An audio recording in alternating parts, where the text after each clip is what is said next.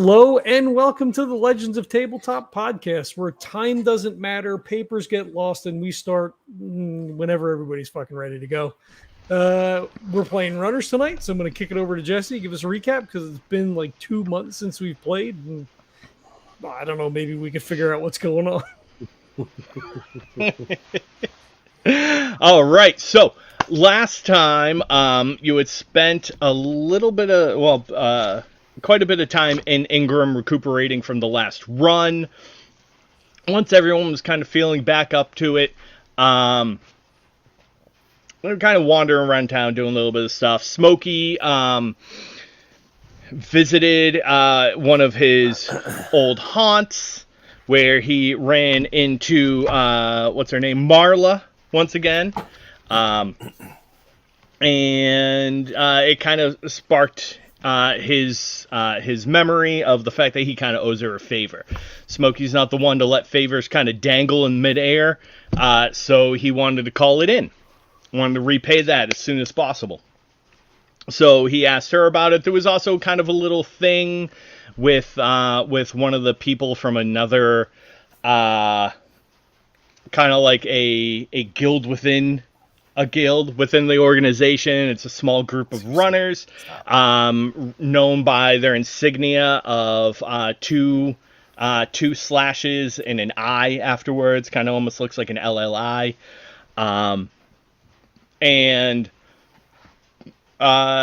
So after talking to them, she kind of, passed that off, but was like, hey, yeah, if you're ready to call in the favor, then let's do it.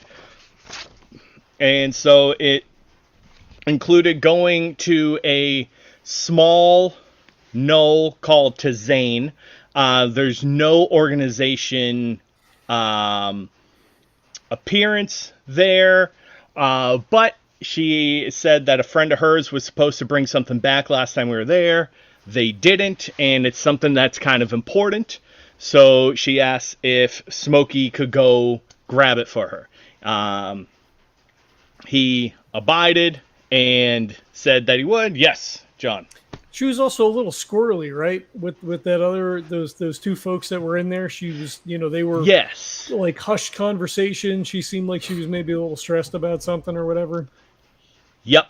Wouldn't talk about it though. Kind of like passed it off to the side, saying that's not something you have to worry about. Yeah. Okay. Cool. So, she said that, she would also pay 1.5 times the rate because there's no jobs going out there and she doesn't want it to kind of be an issue. Exactly, yeah. Smokey acquiesced, said that, yeah, we'll do the job. It's a favor we owe anyway, so we'll do it. You had kind of geared up a little bit, made it so that you're at level. There was kind of some tweaking of power and of some of the parts, but eventually got everything situated and headed out across a fairly long run to Zane. So you ran across the city quite a ways. It was all bombed out, burnt out. Ran across a couple of grays, kind of easily, distracted them, made your way through. After running for a little bit longer, a few hours, crested this hill where you got a lookout of a massive blown out, probably like ground zero of a detonation. And there was just a field of grays there, of basically like, zombie-like creatures. You mean X's. And you... X's. Grays is the radiation. X, yeah. Yep. And just decided, no, not gonna try to deal with that. We're going around. You have a little bit of battery left over to do it. And so decided you're gonna route around them in order to get to Zane. So where we left off was basically you noping out of that situation and taking a left and pulling around and through the mass of X's. Like Walking Dead levels of like Exactly. shambling zombies. Yep. Yep. Looking down, it looks, how when you like come across an ant colony and you can just see like a mass of dots moving. It's pretty much what it is. Right, so this was going to add about an hour is a note that I have. Correct. To get around this space. Yes. All right. Cool. All right. So where we pick up, we have Hux, Smokey, and Zuchy kind of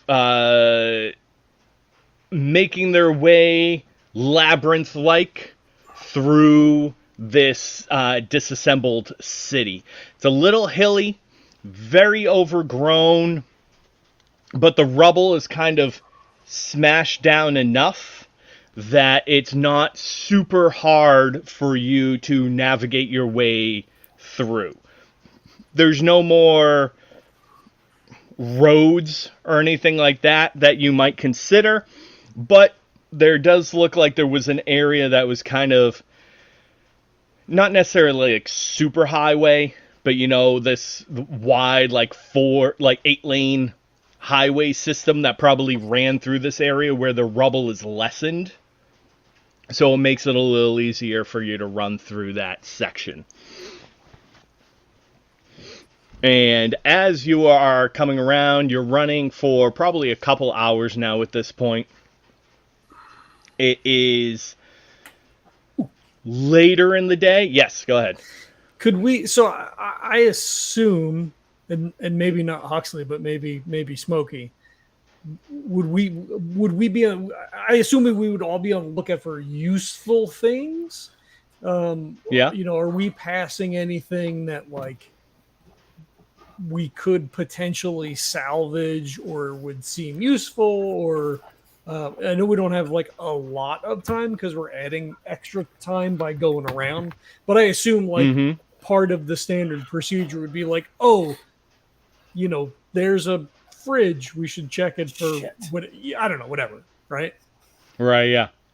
Yeah, you know what? While you're kind of on your detour, while you're running through here, if you want to keep your eyes out for anything, any locations that look like they might have some salvage, absolutely. Why don't you go ahead because the average level for this section of the burnt is going to be a DL5, but you're going into this with no kind of intel or prior information or knowledge. We're going to bump that up slightly. So we'll make this a DL6. But if you want to use like your mechanics or your engineering or anything like that, absolutely. Mechanics. What we're doing. Mechanics, you say? Yes. So basically it is you looking out for any locations that might possibly have anything that could be salvageable. And we said this area was this the like science and engineering area, right? No, this was more of like a touristy section. Okay. I don't know why I wrote that down. Maybe that was the other one. Okay, I mean that is Tizane is known for its kind of science and engineering. Okay, that's why I wrote that down. Yeah, once we get there, yeah. I was going to say, then definitely I bet Huxley would, be a bit more observant when we got there, right? That's more useful. So I got a 6 total. I roll a 4. My mechanics is +2. So nice. Okay. Yes. All right. So, as you're going through, like I said, this is kind of a touristy area. And one of the things that you do kind of catches your eye as you're running off to, let's say, like the west. So you're kind of heading like a northeast direction. Kind of catches it off in the west a little bit. Is the remnants of what appears to be like a little carnival area. You know, like if you go like to the boardwalk or anything like that, you'll have a few rides and like the Ferris wheel and all that kind of stuff. And you know that, you know, all of that is driven by engines and machinery and things like that. So there is a possibility that you could salvage quite a bit if it hasn't already been picked over. But it would mean detouring a little bit off your mark. Mm-hmm. And so it would add probably about a half hour to your travel, not including any time that it would take to actually salvage all of the stuff if you found anything. Yeah. Right. How would that leave us battery wise for the rest of our run? Would we run short? Because I know we did some upgrades, modifications. I know everybody had enough to get there. Because it's been 2 months, I don't remember whether or not I was like, we're just gonna get there, or like we're cool.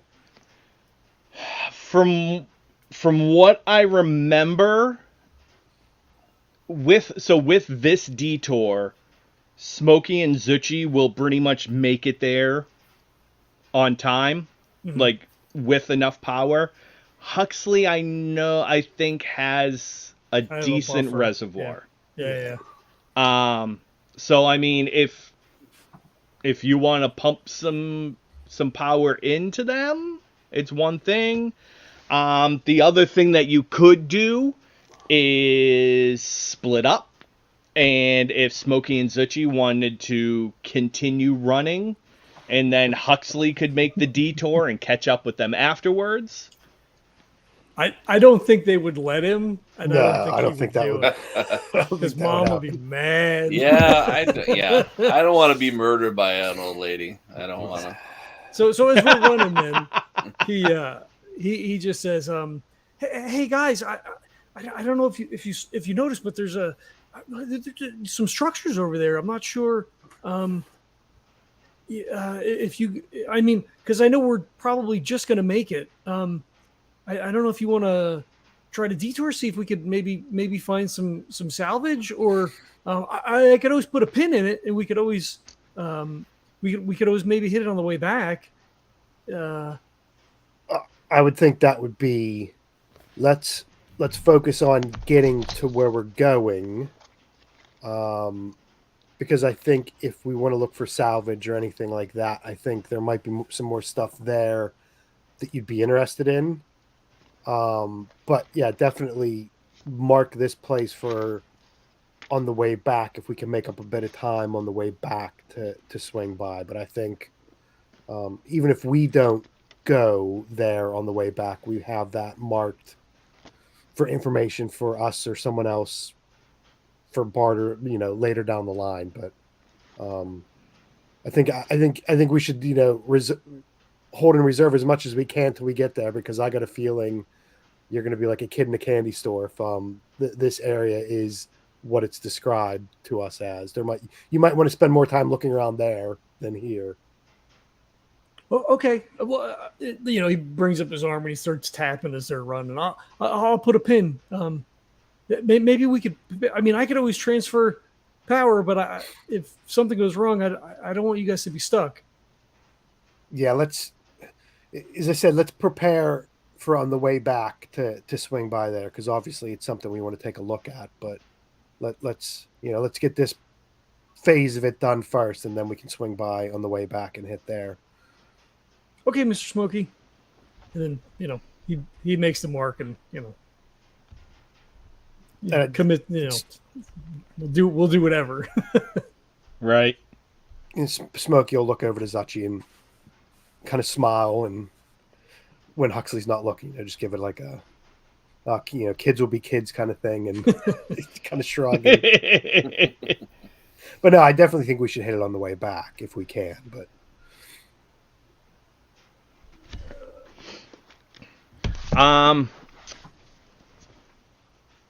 Kurt, why don't you have Zuchy give me a either brains or psyche, whatever works best for you. We're basically going.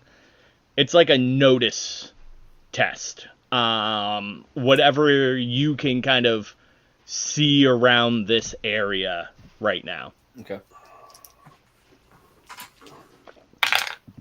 That is a 5. Nice. All right. So that's going to be a yes. So you are they're kind of having this conversation as you're still running ahead. Huxley's kind of pointing stuff out, and probably about 50 meters ahead of you, you see a small collection of about 3 to 5 figures. They're almost clearly robots, fairly box-like, couple of lights kind of flashing up on top. These gangly, almost like daddy long legs, like legs. And they kind of scurry. You see a kind of like a strobe scanning light that goes like across, then scurry, and then scurry, and off, out of sight. So have I experienced these kind of robots before?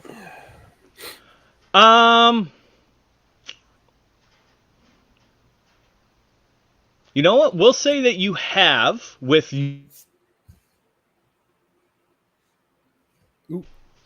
you have seen these as they're basically like scrapper bots. They'll go through areas that are known to have salvage, or actually like not really known, but they precede anyone who is like scavenging or collecting scrap. These people will kind of send them out to collect information. They scan for alloys, they scan for chemical residues, all that kind of stuff. And they basically go out, collect data, and then return home. Okay. And that's all they're known for. They're not known to are they known to attack, certain things, or is it mostly just scan and report? As far as you know, they're passive. They're not usually outfitted with. Sometimes they'll have like a laser or some type of like excavation tool. Mm-hmm. Purely just to further like if they kind of hint an alloy underneath, or they want to get underneath the surface, they have like a las cutter or something like that in order to break away debris. But their intended purpose isn't as offense. Okay. Yeah. So basically, that you would turn to everybody and be like, "Oh, look! You see over there? There's some scrappers. They're looking for some alloys." Would Smokey or Huxley have any knowledge of these things?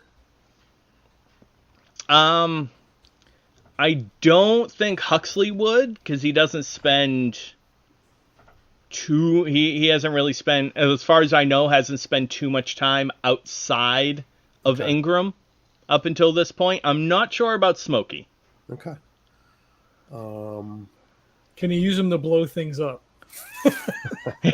Then he would know for sure.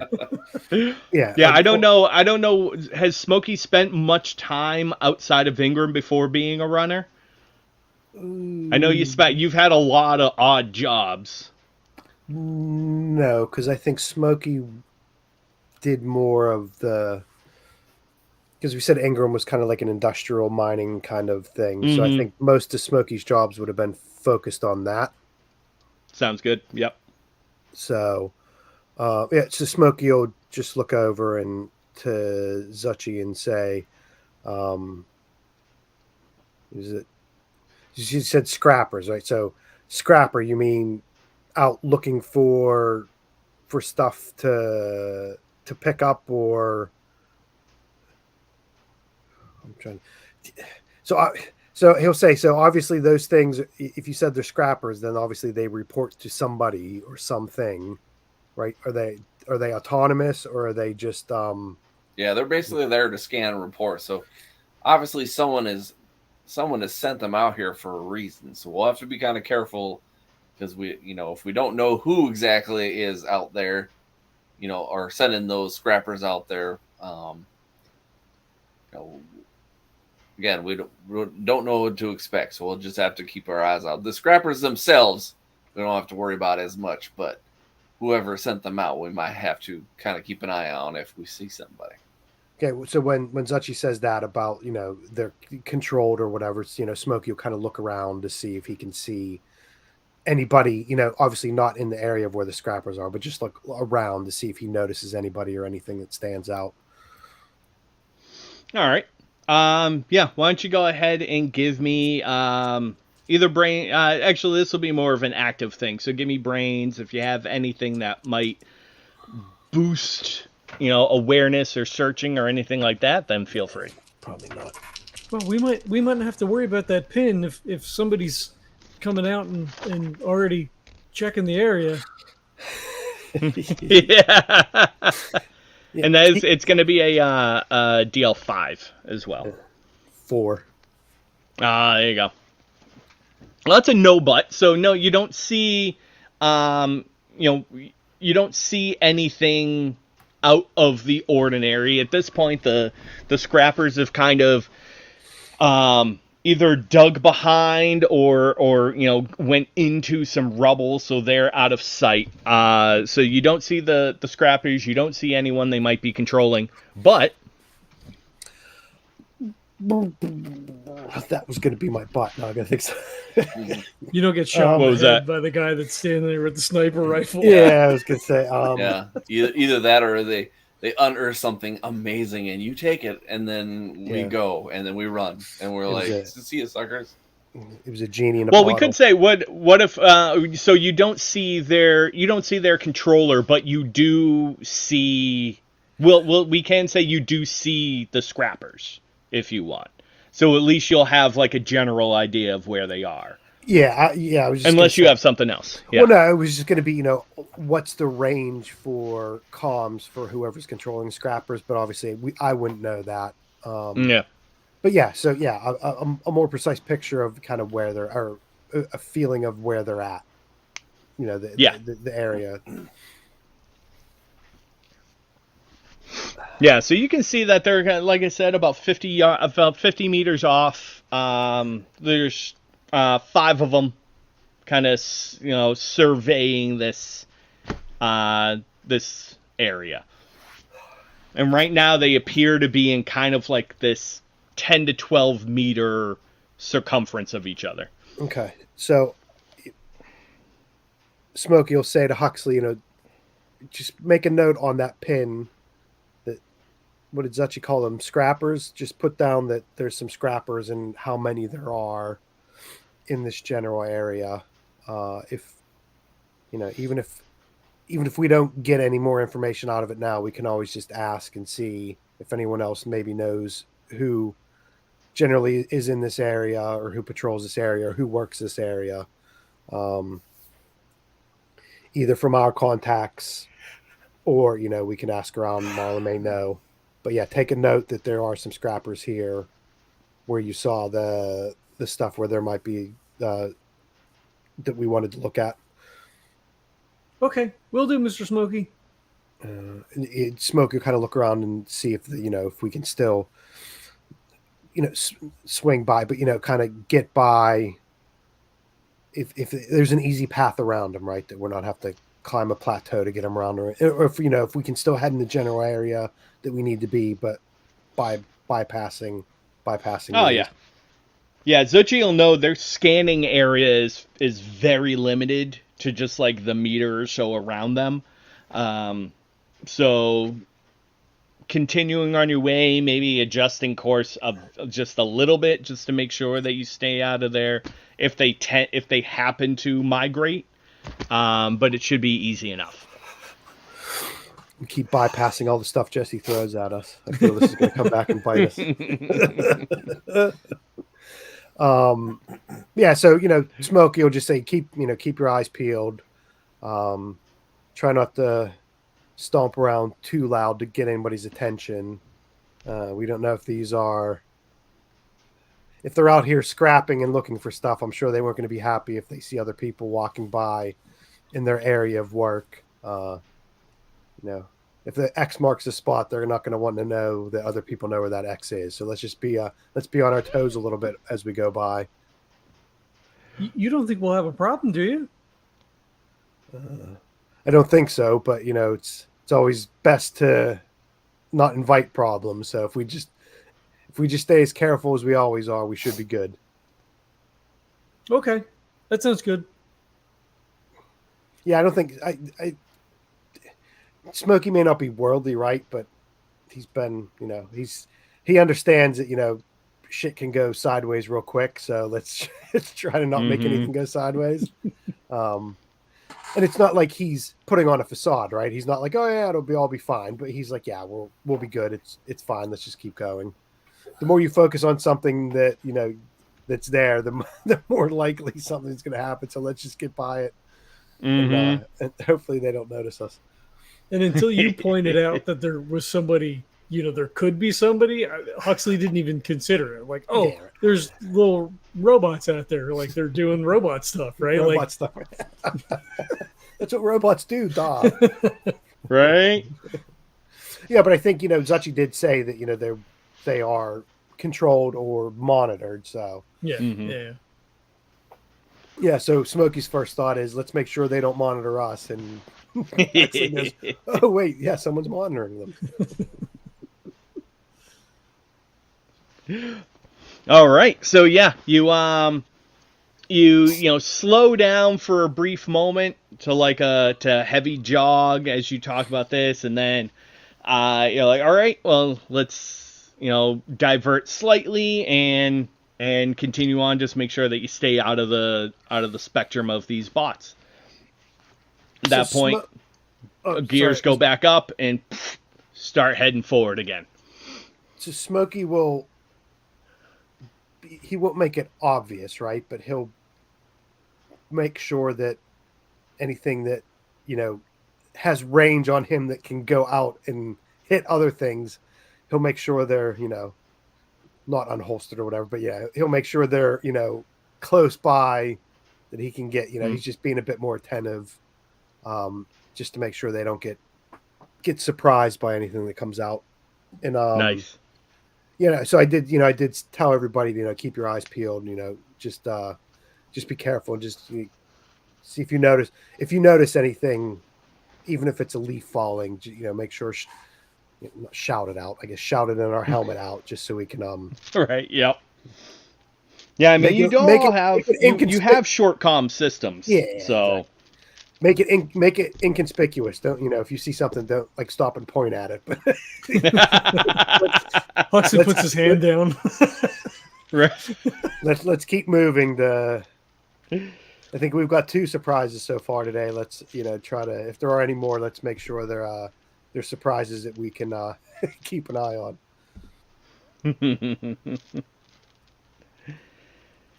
All right, yeah. So you're a little, I'm not going to necessarily say on edge, but you're more aware now, right? You have the suspicion that somebody might be in the area, and just caution is kind of on the tip of your tongue at this point. So we're still closer to where we started than where we need to be, right? You are. You're more than halfway at this point. Okay. Well, I was just going to say, so take note of, as we said, Huxley took note of the location and put some notes on what's around it. So Marla really didn't give us that much information on the area, and I don't think we really dug into. So she gave you a data cube with the coordinates on it. Yeah, exactly. And she gave us a bit of that information. Was pretty much it. Yeah. We just And know she that said, they have... she said you go to the coordinates and this will take care of everything. And we didn't, because obviously this is a kind of a side hustle. And I think we did say in the last session that's not frowned upon, right? It's. Oh no, absolutely not. Yeah, exactly. So I'm assuming that, since we're doing a side job, even though it's something that everybody does, I don't think we would have asked around, right? If we're doing right? I mean, because we know that Zane is known for like medical equipment, like that kind of stuff. So like we do have a little bit of information. Yeah, but I think Huxley did a little bit of research and asked and found what little information you could. Basically that, it is, or at least was, a place that did medical and engineering research, and that more importantly, the coordinates that were on the map were non-existent. There was almost like a black hole of data. Yeah, but it's not. We didn't get any kind of organizational information. More like who's in this area. Have we sent runners out before to the area? Correct. Mostly because there is no organizational presence in Zane, so the organization has no information on it. Okay. So, and I think Smokey will also, say to Zuchy and Huxley, if this is kind of a black spot on everybody's map. So, I'm not saying to take your focus off, keeping an eye out for, if there's whoever was managing those scanners and stuff, but or scrappers, but every little bit of detail that we can find out about the area, could always bounce back to help us. So, if you do notice something, make a note of it, because someone will, knowledge is power and knowledge is credits and money. So let's make sure we can understand where we're at so we can pass that on. And we don't have cameras or anything, right? Like we don't, like the day tripper suits, we don't have anything installed. I vaguely remember maybe us having a conversation about this, because like it's not like we talked about it. It basically anything that is small enough and low enough power usage that it wouldn't really make a difference, have it. So we've already said you have basic flashlights on your system. Having a camera, you already have the storage cubes, which store a few terabytes worth of data. Right. So a few 100 megabytes for some video isn't a huge deal.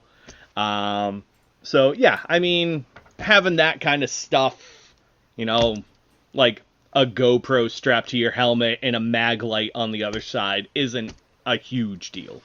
So okay, I'm gonna retro canon that when we were doing the upgrades and all the other stuff, that he either requisitioned, picked one up, traded for something to have a camera either on the helmet, on the shoulder, or whatever. Because it's useful, right? Like if we encounter some strange creature, right? Like Huxley's inexperienced, but like in being around Smokey, as far as like trading in information and like that kind of stuff, like it's has dawned upon him that like, oh, we could like tell people stuff and that will help us. Yeah. So if we have video of some of these things, that may help, and it may also help like the community. If like, oh, here's this weird friggin' mutated creature that no one's seen before. Right? Exactly. Like, whatever. Yep. Yeah, and I mean that's about the extent of its usefulness on a basic level. Right. You can go back, review footage, things like that. Once you start upgrading your system and you get like a UI and everything like that, then it can start to have different uses. Right. So. Right. Okay. Cool. Yeah. All right. So as you're running, everything kind of begins to flatten out a little bit.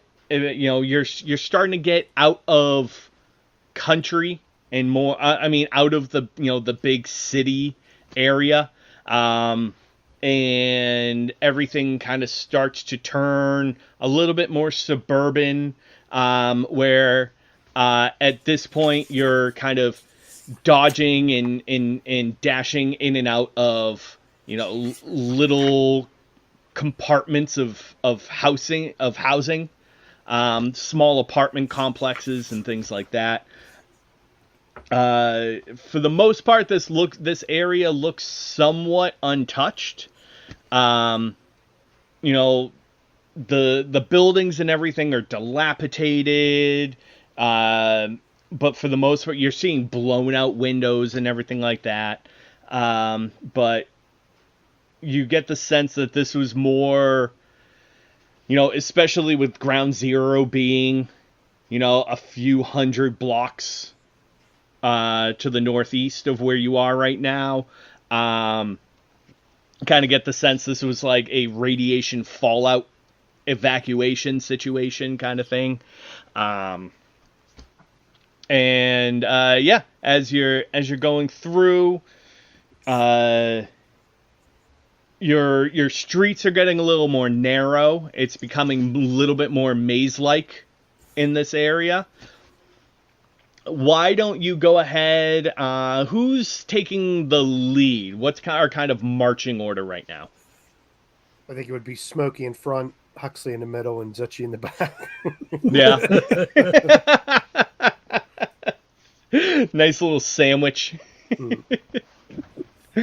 All right. In that case, Smokey, why don't you give me a brains test? I don't think you have anything in terms. What you have, like what?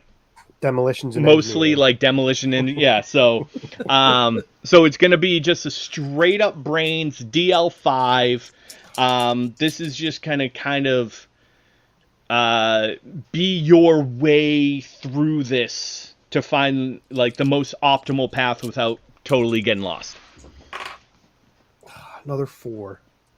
All right, that's a no but. No but. So at this point, you are running through, and it's getting kind of late in the evening, and you begin to drift off course. And the reason you are actually able to notice this is as you're going, it's kind of a cloudy, overcast day. But there's a kind of a break in the clouds, and you see that the sun is a little too straight in front of you. And you've drifted kind of to the west a little bit. Okay. So we drifted off the straight line to where we need to be. Yes. But you said we were going through, it's kind of overgrown and stuff, right? It was getting out. Yeah, more. So at this point you're dealing with apartment built, these large apartment complexes, 10 to 15 stories tall, overgrown with vines and bushes and everything like that, with blown out windows, some of the buildings half fallen down, narrower streets. So your vision is kind of where you're going is kind of blockaded. Okay. Which is probably how you ended up getting off course this way. But the something positive is, let's say that, so we've drifted off course a bit, but where we're coming out from there, you said this area was close to Ground Zero, right? It's a few hundred blocks off. Yeah. So, yeah. Let's say that, we drifted off course, but Smokey notices that, there looks like there's like a blast path that's like cleared a bunch of stuff out that would kind of loop us back on path. So, we drifted off to the left, but maybe where it was more developed and built up, that took a brunt of, something, and it kind of cleared it out. So then we have a clear view of how to get back onto the path and, a bit further along. Sounds good. All right, so at this point we're dealing with like kind of this large collapsed area of building. So this is going to take you, if you're able to traverse it quickly and easily, it's not going to take up any extra time. Okay. It could end up either taking a little extra time or diverting you a lot more. Depending on kind of the situation that you end up running into. Well, that's good, because I was going to say that the something positive is we didn't lose any time or we gained time, but I like exactly. Yep. It could do that. So what we're going to do is each one of you kind of give me. This is also like big picture stuff, right?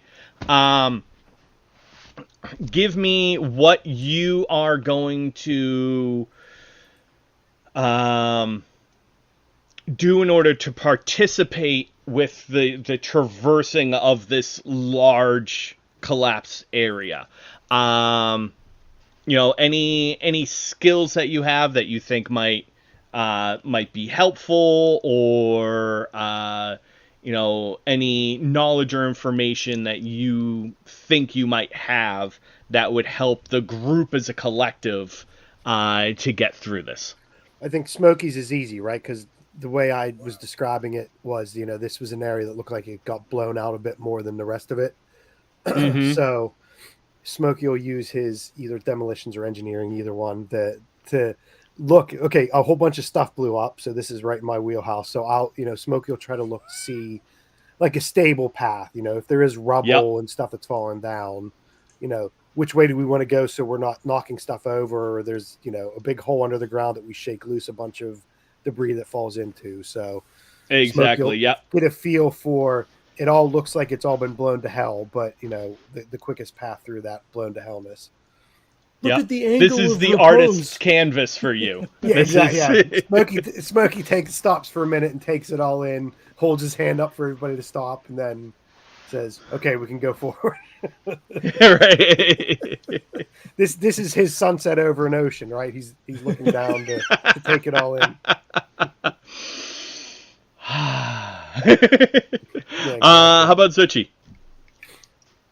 I think for Zuchy, he'd probably use his dexterity and his keen eye to just kind of see, like, if like Smokey's seeing what's the quickest path and stuff like that. But if there are some spots where like we have to get over some rubble or move some stuff, like he'll just keep a keen eye to be like, okay, well let's go across this, let's climb this. If he needs to help other people, he'd help them get up and make it as quickly as possible, instead of just being a thing where it's like, okay, we all just kind of shamble around everything and it's right. It's kind of rough go at it and stuff like that. Like Huxley slips off of something and falls. Like Zuchy's going to try to do as much as he can to keep that from happening.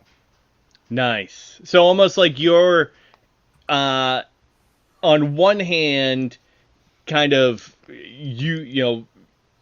being able to be dexterous enough to get around the situation quickly and easily, but at the same time, making sure that you act as backup for the other two, helping them also kind of get up and around. Yeah, and maybe it'll help them kind of learn, like, you don't always have to look at something and just think, well, this is going to be tough. I don't know how I'm going to do this. It's like, I can also teach them, like, okay, the reason why I wouldn't want to go up this, or I want to go around this, that kind of thing. Like it'd almost be a learning moment as well.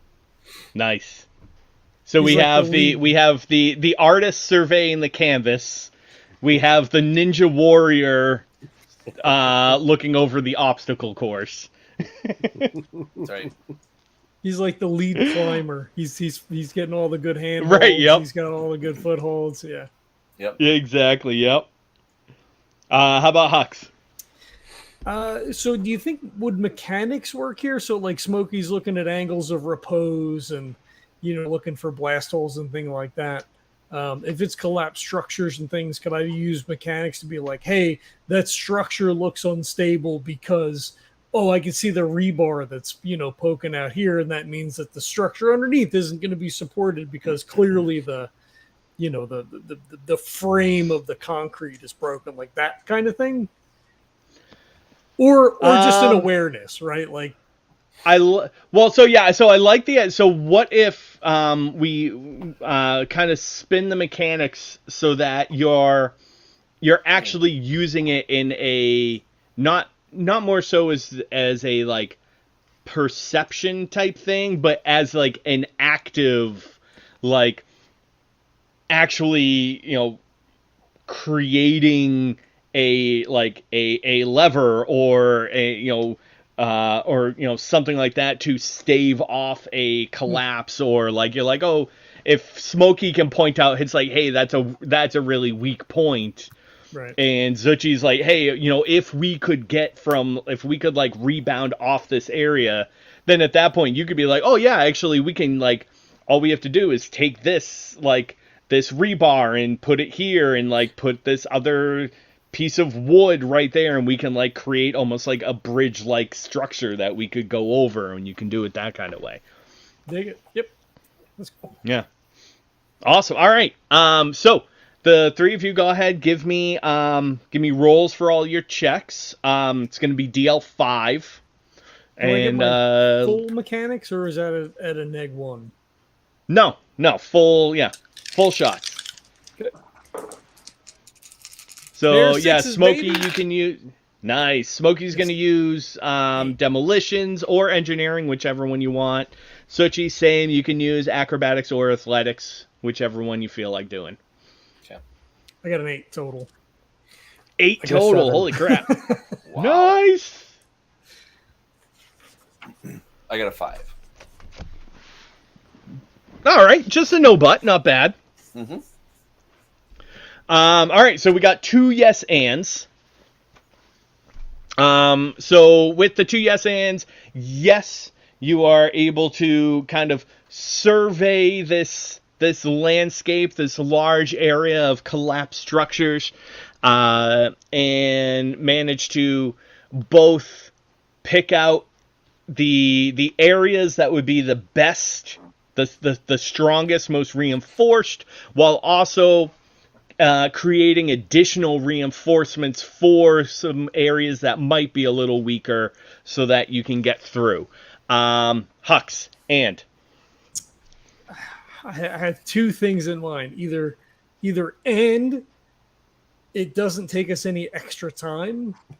Right? Like we're working efficiently as we're pointing things out. I'm like, oh cool, let me grab this and like, throw a sheet of steel down that we can, pop up or whatever. I won't make you waste that. You have 2 out of 3 successes, and there's no hard fails. So okay. I'm not gonna take any time from you. So I'm not gonna make you waste an and on that. All right. How about and then we find a little bit of useful something. Whether it's a. I don't know what you would find in the suburbs in a post-nuclear that would still be useful, but something, probably something metallic, whether or not it's a. Yeah, you could notice something with your mechanics. You could notice something that, for the suburbs, it might not be anything for them. It's like that. Super useful, but for you could be like, well, this could work for our suits, or this could work for some reinforcement on something. It could be information. It doesn't have to be tangible, kind of thing. True. Well, no, yeah. we're out in a bombed out crater, so it's not like you're gonna pick up any information. Well, I'll give you an option. You could have one of 2 things. We could either do salvage, so I'll give you an opportunity for some salvage, or I can give you an opportunity for some intel. Well, Smokey got a yes and 2. He did, yes. We could get both. So, I would yeah, So I you would could say- always get both. Yeah, I so I would would like- say Salvage. Huxley would be the intel, and Smoke would be the salvage. Does that make sense, John? Yeah, it could be. I was thinking it was the other way, right? Because you would be thinking of intel where Huxley's looking at like Okay, the yeah, I see. Okay, mechanical yeah. stuff, right? Like, Yeah. oh, this Ooh, and would be Hux- so useful. I can use this Yeah. to make some other, That makes more whatever. sense. There's something shiny over there that Huxley saw. And while Smokey's walking by, contemplatively, and he's rubbing his hands along, fallen walls and looking around. And he's thinking in deep thought. Yeah, so I like that. That's better. Because All I right, am sounds easily distracted. It's one of my life shapers. Like, ooh, Very shit, true. look, did you guys Yeah, see there's that? a shiny over Yeah. there. Yeah, that makes more sense. Definitely. All right, so in that case, with Huxley, if you want to go with the salvage, you actually, as you're kind of going along, one of the things that catches your eye is down in the whole kind of base structure of most of these apartment complexes are still intact. Why can't I remember like whatever the footing of a building is called? But Foundation? whatever. The foundation, there we go. Yeah, so the foundation of these is all good. And you actually spot in kind of what would be like the basement storage area, kind of the maintenance facility area of one of these buildings, is a fairly large industrial generator. And it looks like it has been just overlooked by whoever has come through this area, or this is like recently opened area. Like perhaps the building, like a building collapsed into another building and ended up clearing this area out a little bit to the point where now this has been uncovered. Okay. I don't even know if he says anything right away. I think he's like, ooh, and like just starts clambering his way down to see if that is what I think that it is. Nice. Yeah, and sure enough, like as you get a little closer, like it's probably not running right now. No, probably. It looks like it's pipe fed, so it probably runs off of gas or propane, and whatever kind of was in the building is what it was being gassed with. Probably hasn't run in about 100 or so years, though, so it probably needs some oil. But, it could pretty easily be disassembled and salvaged. If you want, it would be... So this, we'll say, would be worth 2 rep. Ooh. If you could take the whole thing out in one go. It would be a size 4. So this thing is pretty massive. Okay. I mean, I can carry quite a bit, so... Yeah. I think he's like, oh, he starts rubbing his hand on it. He like rubs off the, like the keypad or like the, whatever the control module is, right? And he's like, oh, this, like he's just talking, so they could probably hear him. He's like, oh, this would be great. If we could get this back, and like, you just hear like fumbling, like he starts grabbing tools and just like starts pulling stuff apart. Well, this will only take a couple of minutes. Mr. Smokey, Mr. Zuchy, I found something down here. It might take me. Well, it might take me. I'm gonna start taking this apart. I'm in here. Like, doesn't say where. I'm just in here. Well, maybe if you spent less time, shooting your mouth off and just getting to work, we'd probably have it done by now. Possibly. Okay, Mr. Zuchy, I'll work harder. Like I'm just messing with you. You're gonna do your thing. Doesn't matter what I tell you anyway. What was that? Nothing. So when Zuchy says that, Smokey just barks out, starts laughing, and says, "Yeah, just go ahead and get to work." He's just kind of giggling and laughing. And he'll look to Zuchy and say, obviously, we'll have to shift some of our stuff around because it looks like we'll be carrying a bit more than we expected. I'm sure it'll be fine. One thing, so Smokey, one thing you do realize as Huxley is kind of disappeared down into the basement of this complex. You're kind of looking around a little bit, and you realize that, as I said before, the foundations of most of these buildings in this area are solid. Not only that, but you actually notice, as your because I'm assuming Huxley went for salvage, so you're going for intel as your hand. You notice that there is actually a whole slew of maintenance facilities down here that seem to be interconnected. So there's the potential for kind of this underground network within this whole zone. Okay, so I think Smokey's, when he kind of looks around and sees that, and I kind of the thought pops into his head is, if everything still looks intact and a whole bunch of stuff may be connected, that maybe there's lots of other people under there. His first thought would be other people under there, not maybe necessarily the salvage, which obviously will come, I'm sure, will pop into his head later. But when he hears that, he'll kind of mark it down. He'll make a note of the area and the coordinates they're in, and then that information, and then he'll look down to what Huxley's doing, and then look over to Zuchy and say, it looks like a lot of this stuff is still stable under here, and a whole bunch of it may be connected underground.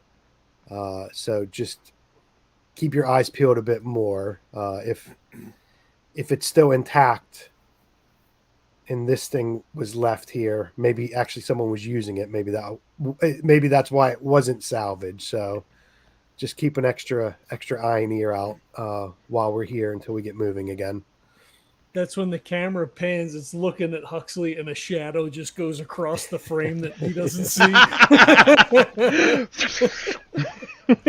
Yeah, so, Smokey will, because before we were saying to Huxley to mark down coordinates and points and interest and all that kind of stuff. But I'm assuming any of us can do that, right? We can mark down. Oh yeah. So. Yeah. So yeah, your systems won't necessarily be linked. Yeah. But it's all information that you can upload to each other once you get back. Yeah, exactly. So I'll take a note of that in my thoughts on, well, if it's still here, there might be other stuff or other people or other things here also. So he'll say that to Zuchy to, be a bit more alert, and then he'll call down to Huxley. So Huxley, how much more time you got down there before we can start moving out? Just a few minutes. Jesse, how long would it take for me to get it into 2 or 3 pieces so that it's easier to move? One, two, three. There's 3 of us, so you can chop it off in 3 pieces. So you have, I'm assuming you have the cargo, the capacity to carry this thing, right? Yeah, which is a weird thing with the system, right? Like, if it's an industrial, it's huge, right? And we're still people in suits, so it's much bigger than I am, I would think, right? It is, yeah. But the cinematic nature of the game is we just fucking take this thing. Exactly. Yeah. It's like I don't know if you've ever seen Little Giants. It's like the scene of the little 12-year-old, the 12-year-old kid carrying a refrigerator on his back. Yeah. It's so if I could take the whole thing, I'll just take it. If it's easier, we could break it up because I could put it back because I'm not taking it apart to clean it and fix it anyway, probably. Right, yeah. So to me, taking it apart's no big deal. Yeah. Well, if you want to just safely disconnect it from the rest of the building, turning off the pipe, cutting off the wires that need to be cut, that kind of stuff, that's going to be pretty easy. Right. If you want to and super quick, right?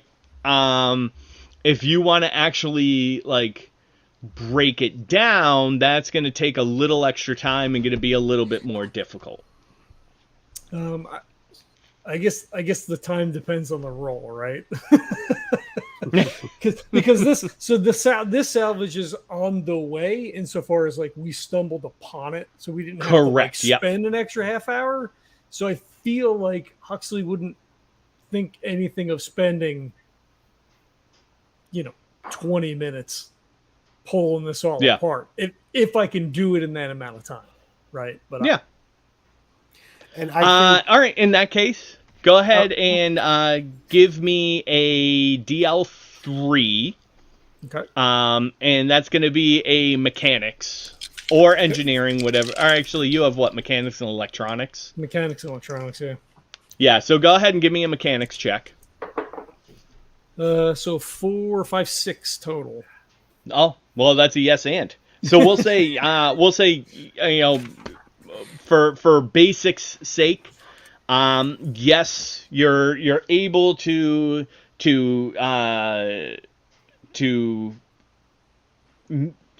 get it free of all of its connections and from the base and everything like that.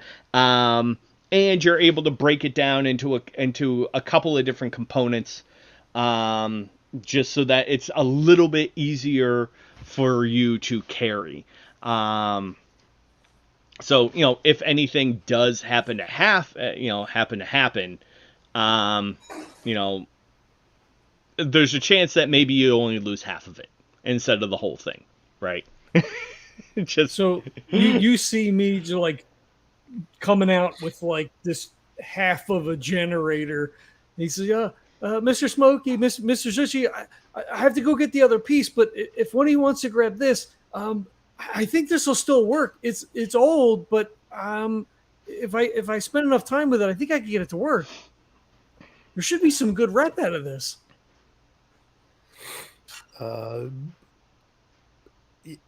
This is a good find. So go ahead and down and finish up what you need to do so we can get moving. I think you scored a win on this one. So, but it's not going to be a win unless we get it all back. So go ahead and finish up, and then we'll get moving again. But it's a good job spotting that. Thank you, Mr. Smokey. Like he's halfway back down grabbing it. Like he put that one down, and you're talking to him, he's turned back around to go grab the other piece.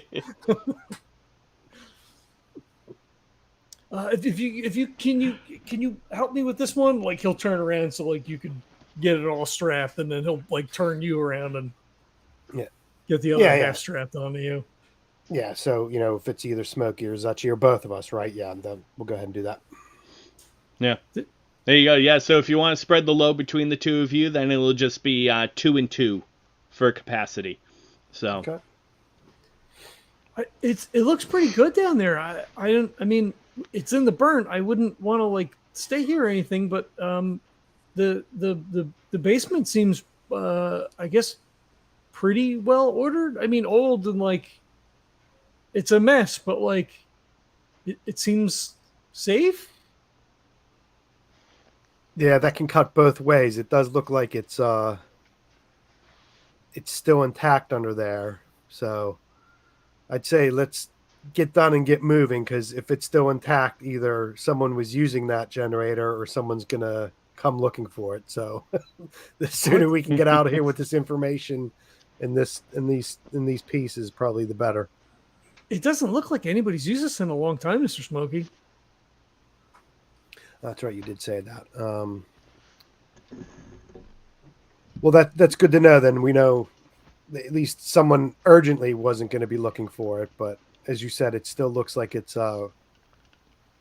really clean or not clean. Everything looks like it's pretty shored up down there. So if we found it, and just want to make sure there's nobody under there or someone else finds us while we're down there. So let's get moving as quick as we can. Okay, that sounds like a good plan. Jesse, did it appear that anyone had been in the space? Right? Is it like a brains roll to like, did I notice footprints? Did it smell like somebody, cracked in the space down there? Or like, was there anything that like, there seemed like people were here? No, it was definitely fetid. Animals had been down there, but the whole thing was dust covered, and there were just layers of dirt and grime and vegetation that had grown and died, and it was nasty. Luckily, filtered most of that out. You didn't really get too much of the smell. Yeah. Right. But yeah, it didn't appear as though there had been any human life down there. So I guess as they start like clambering their way back out, he goes, maybe those people that we saw, maybe they're all from here. Because the crater was back there, and if this had radiation, they could have lived here, maybe, right? It's like I Am Legend. I don't understand that reference, Mr. Smokey. That was a Kevin aside reference. That was the Smokey. Yeah. Huxley never goes to movie night. Sorry, Kurt. What'd you say? I said, don't give the GM any ideas. Oh yeah. It's a, so Smokey will kind of look around, he'll like whip his head around and look and goes, "That's a really good point, Huxley. So I noted down this location and some of that information, but I will put that information down too to see if those tie together. When we get back, someone may have some more info about this area and what happened. See if we can flush something out when we get back." Okay.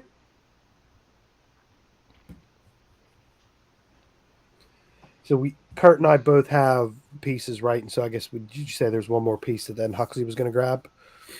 No, you and I both have a half, essentially. Oh, you and I. Okay. Yeah. Gotcha. Yeah. Okay. Cool. Oh yeah, we don't want Zuchy carrying anything because he's the limber one. So right. Right. He would have grabbed any other like little things that were laying around, like there had been tools or like stuff inconsequential as far as like a rep or those sorts of things. But like if there was anything useful, he would have just anything to add to your pro kit. Yeah. Let's take it back and decontaminate it. Right. All right, yeah. So y'all finish kind of scrapping the generator, scoping out the area, and it's several dozen blocks of this apartment area of all these buildings, and the devastation of this kind of continues on until there's this kind of natural transition into what you see as like an industrial area that this apartment region abutted. You start to notice the slight difference in building materials used. You're moving away from kind of that kind of red brick and concrete look to much more of a cinder block and steel aspect. There's still some smoke towers and things that have survived, haven't completely collapsed yet. And you're just seeing kind of smatterings of buildings here and there, but for the most part, this area looks flattened. And as you're kind of hustling through, Smokey, you start to get a little bit of a beep on your readout.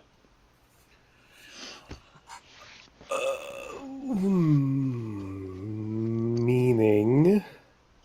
Which readout? Your current position now matches up with the coordinates that you have gotten from Marla. Okay, I was just like, it wasn't the Geiger or anything. Nope. It was the track one. Oh shit! What's that, Mr. Smokey?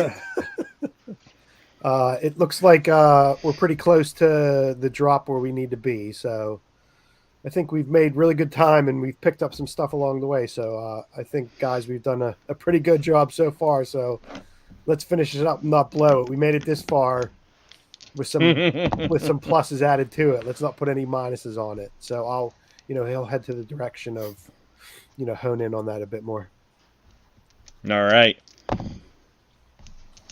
Yeah, so you travel a minute, maybe two, and you can almost see for like a half mile around you. The area that you're in is pretty flattened, both in terms of landscape and structures. In fact, going off of your demolitions, you can actually see that there were probably some pretty significant explosions that happened in this area. More likely, probably due to the fact that this is an industrialized area. Mm-hmm. You see a lot of chemical residue and things like that. So it was probably, fires happened and chemicals caught fire and gases and things like that. And there were just massive chain reactions of explosions that happened all throughout that just tore through these buildings at some point. Okay. But yeah, there's no real existing structures or anything in this area. Well, Smokey will look around and everything's flattened down, and so we shouldn't have too much trouble finding what we're looking for, but also finding if anyone else is keeping an eye on us, and he'll kind of look around to see if he spots anything on this in the flattened area. All right. Go ahead and give me a brains check. Well, while you're doing that, Huxley just says, Mr. Smokey, isn't Tazane supposed to be here? I assume that whatever we were going to pick up would be in the town, but there doesn't, he kind of looks around. There's nothing here. So, Jesse, it was Marla was saying that she had someone who was supposed to bring something back but didn't make it, right? Correct. Okay. So, I can't remember if I told Zuchy and Huxley before, and but Smokey will say that we're here to pick something up that didn't get delivered by another runner. So I'm guessing that they got a hold of it but just didn't make it back. So I don't think we need to go anywhere to get something. I think we're going to pick up something that just didn't, either something happened to the runner or it got dropped or something. So I don't think there was any building or destination we were going to. It was just we were homing in on the signal or homing in on the coordinates. So she didn't tell you what it was exactly? We just have to guess? She said it was some supplies that she needed. No, was it? It was something that she needed back, right? She wasn't sending something out. Correct. Yeah, she wanted us to pick up a mysterious thing that was at specific coordinates. Like Huxley just assumed that would be in town, right? Yeah. Because she said, or the understanding was that we were going to Tazane. Yeah. So he just figured that it would be there. So Smokey will, he'll explain about, we were just given the coordinates to get to, and it was a delivery. It didn't make it. And he'll tell Zuchy, this was something I kind of owed her, so I wasn't going to ask too many questions. And when we were talking about it, there was some other weirdness going around her, so she wasn't too. Whether it was she didn't want to tell me what it was, or she didn't want someone else to hear what it was, I thought it was prudent not to pry too much into it. Well, I'm sure she wanted to tell you because otherwise, like, you wouldn't know what you're going for. Which now, in hindsight, means you kind of came out here just chasing on hopes and dreams, I guess. But I'm hoping that we can. I hope it's pretty obvious what we need to find. So Kevin, you had made that brains roll. What did you end up getting? 3. 3. All right. So that's a straight up yes. Okay. So you end up looking. You're kind of having this conversation with Zuchy, and over his shoulder, you look in about 10 meters off, kind of sitting on top of a piece of rubble. You see a little red blinking light. How do I trying to play this? So obviously should have been a bit more, got a bit more info just to put your guys' mind at ease. I do feel a bit like a shithead dragging you two out here on that scant bit of information, but sometimes when a favor's owed, you don't want that favor hanging over you too long, and you just want to get it done. And he'll kind of look to where that is and point and smile and say, I think that's it right there. And then I'll slap both of them on the back and put a big smile on my face. Hopefully that we'll get past the point that Zuchy feels like I've done him dirty. And I'll head off towards where that is. Sounds good. All right. You take probably about 5 or 6 steps, and you begin to hear kind of a rustling in the debris. With a handful, with basically it sounds like stone being moved, right? And you see almost like a triangle pattern, right? So you're about 10 meters away from this blinking light, and then as a right angle about 10 meters away from you, creating like an equilateral triangle. You see this yellow box with some red lines on it kind of rise out from underneath some debris, moving these rocks. And as it does, the barrel of a gun kind of lifts up in from the box, and you just hear the sound of this thing beginning to spin up. So you begin to hear the zzz. Do we all see this? Oh yeah, you all see it. As it kind of micro adjusts and then focuses right on Smokey. So while this is going on, and I just slapped them both on the shoulder, Smokey will say, Zuchy, when we get back, you can have my share of the rep from the stuff that Huxley found. And then he'll kind of both push them so we can all and I'll just say run so we can scatter all in 3 different directions. Beautiful. All right. What would you like to do? Let's go. Let's do intent around the horn. John. I think Huxley runs, right? Smokey said run, so he runs. But as he's running, he's fumbling, drawing his pistol and not knowing exactly what to do. Like, why are they shooting? Like, what? They told us to come here. Why is this happening again? So he doesn't shoot. So my intent is to draw my pistol and run to try to get a better bead on what's happening, to try to interpret what the fuck just went wrong. Sounds good.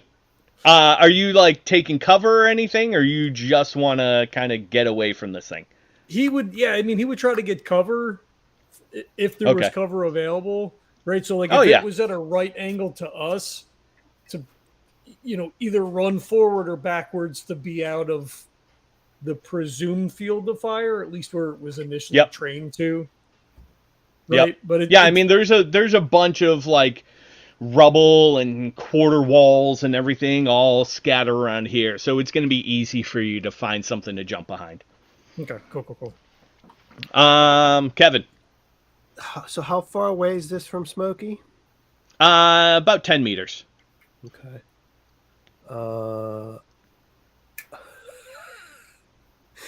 Smokey's gonna run his ass off towards it and lower his shoulder and just see if he can get close to it to plow into it before anything else.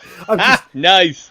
I'm assuming there's some clearance between, him and it, and he's pushed Yeah. Zuchy and Huxley away, so he doesn't want to run after them. So he's Yep. just gonna see if he can plow into it, see if it knocks it over, at least get close to it.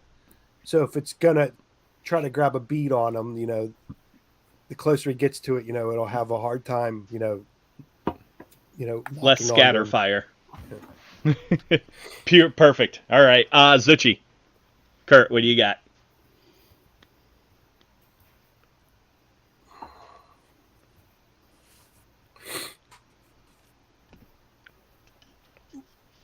Did we lose Kurt? Hold on, there's a note.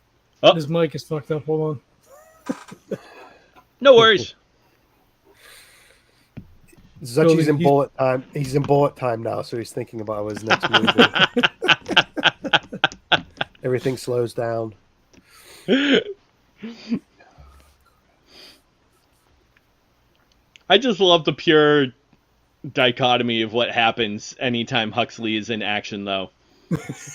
You have Smokey and Zuchy who are like Smokey's not necessarily combat ready, but he's like a pretty brave dude. He's been through some shit.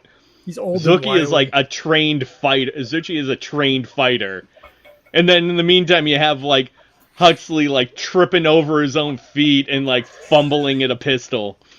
That's exactly how I see it. He almost drops, like he's pulling it out of the holster. He almost drops it. He like kicks a rock and kind of stumbles, and then like falls down behind some rubble. Yep. But you're the Jar Jar Binks, right? You look like you have no clue what you're doing. You fuck up all the time, and yet somehow you pull off the headshot. Yeah. Now I actually have some shooting, so like I'll actually be good at it now because he was surprisingly We don't know that before, right? According to John Luck, you'll be shit at it now.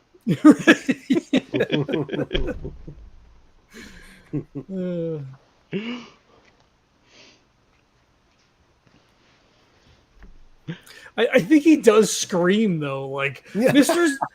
Smokey, why are they shooting? I guess the part of the reason Smokey did what he did is he feels a bit bad and a bit stung that Zuchy did bring up a good point, and he just goes, "Oh fuck," and just kind of runs at him, runs at it.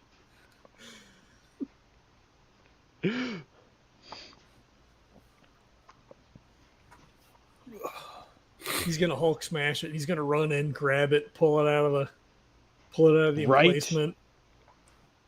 I was gonna say that Smokey would put some blast paste on his shoulder, but I don't know if I'm gonna do that yet while I crash into it. Blow yourself Maybe up. stick it on and then run away. I don't necessarily know you want to be around for that. Yeah.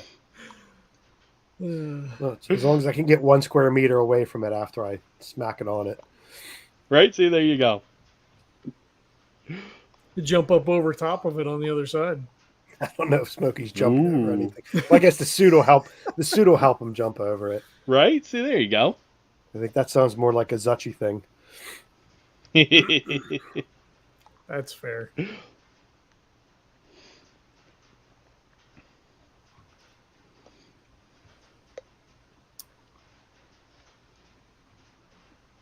Yeah. This is like in a 10-minute later problem, but like if there's no like scrub or town or something here, like we're really in a bad way. That's true.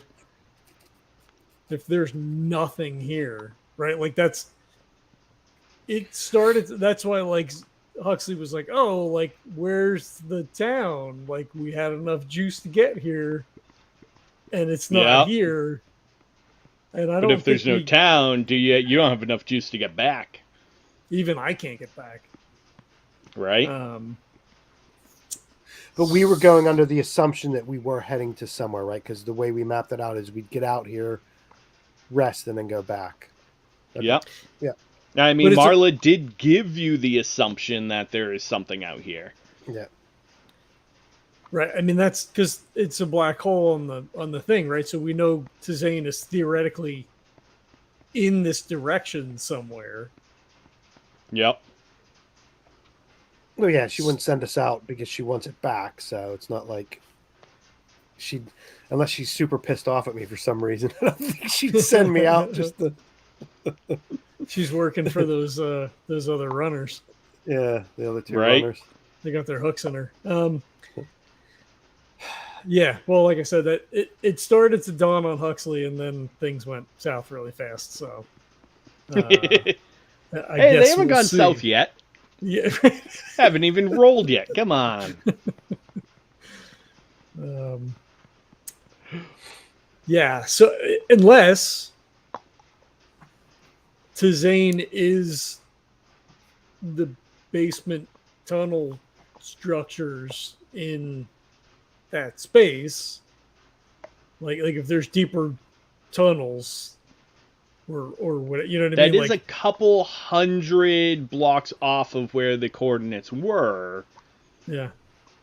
But coordinates could be wrong. I mean, we don't have a real solid, sense of where the things are, right? Like, right. It's not like you have. It's your mapping software is working more off like telemetry than there's no satellites with GPS or anything like that. So yeah. Well, it's basically figuring like you traveled this far for this distance and then this far for this distance. So. Yeah, well, assuming we survive, that's a problem.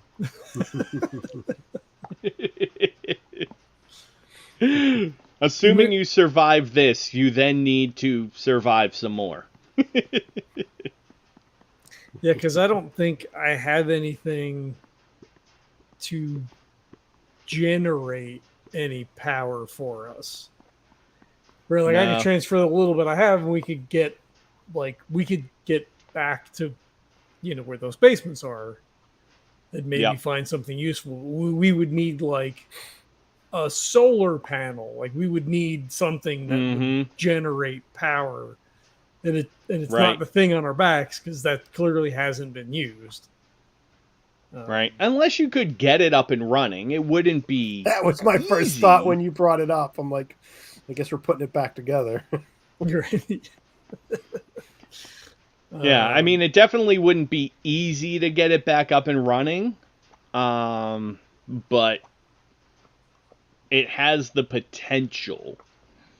So. Well, right, so it's more of a problem of, like, if this is destroyed, there is no natural gas, probably, right, that's useful, and gas at this point would be non-functional, right, like, unlike The Walking Dead, the fuel just won't work anymore. Like it's degraded. Yeah. Yeah. As anybody can tell you who has left gas in a lawnmower for any longer than a year, like yeah, it doesn't just keep indefinitely. Right. Yeah. Well, again, that's like if we survive problem. What's the stability of? Yeah. I hear you hear typing. noise. Yeah. Yep. Okay. My Yeah. my Yeti mic, the cord got completely fucked, so I had to grab a whole new Oh, mic no. and hook it up. Oh, Oh, jeez. that sucks. Yep, fun. Well, hopefully not dead. Hopefully it's... I think it's just the cord. I think one of Cable. the prongs in the cord that goes from the cord that connects the Yeti to the computer. I think one of the prongs or whatever got kind of screwed up. Mhm. So hopefully it's just the cord. Otherwise, sucks. But whatever. I bought Right. I bought this mic I'm using right now a long time ago for really cheap, and it's supposed to be a good one. So hopefully it will be okay. Yeah, sounds That good. sounds good. Mm-hmm.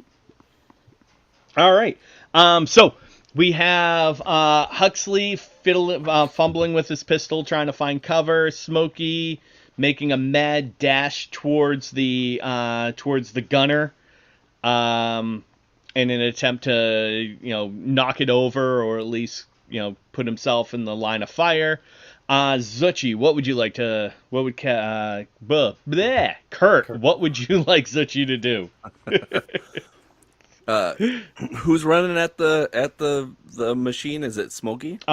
Smokey is making a beeline right to it. Okay, then I think what Zuchy's gonna do is Zuchy's gonna take it from the side. So if the machine decides to just go after Smokey, and then Zuchy's just gonna try to roundhouse kick it to the frickin' side and smash the shit out of it. Hopefully, I like it. All right, so Hux, we don't need a roll from you. You're going full defense. So you're going to get all your nice bonuses and everything like that if you end up getting fired on. This thing is it's trained on Smokey. You're the one that set off the perimeter alarm. So it's going to fire on you. Mhm. So I just need rolls from Smokey and Zuchy.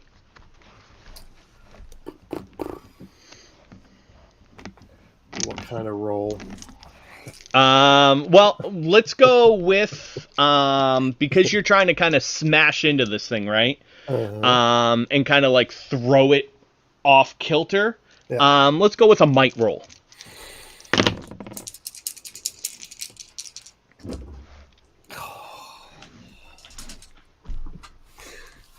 Smokey got a 6. Nice.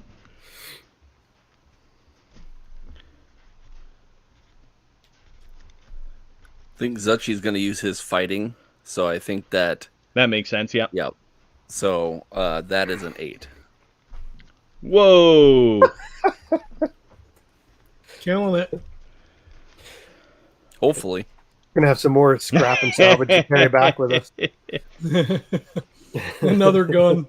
Huxley, why don't you put that one on your back? Right.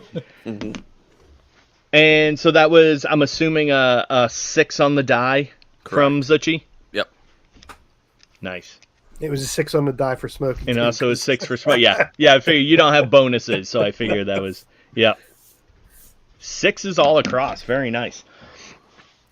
So that is going to be for Zuchy a yes, and for Smokey you hit it on the die, so that's going to be a yes, but. And then this thing, actually, it also has. Oh, hold on one second. Because I'm throwing in, it has armor as well, so that gives it a +2. So in that instance, your Zuchy, you would be just a straight yes. Armor, I don't think would necessarily come into play with what Smokey is doing. But because you still tied it, it's going to be a yes, but. And then Smokey, do you have armor? Do you have an armor rating with your suit? You should. I think at a minimum it's +1. +4, it says. Oh, there you go.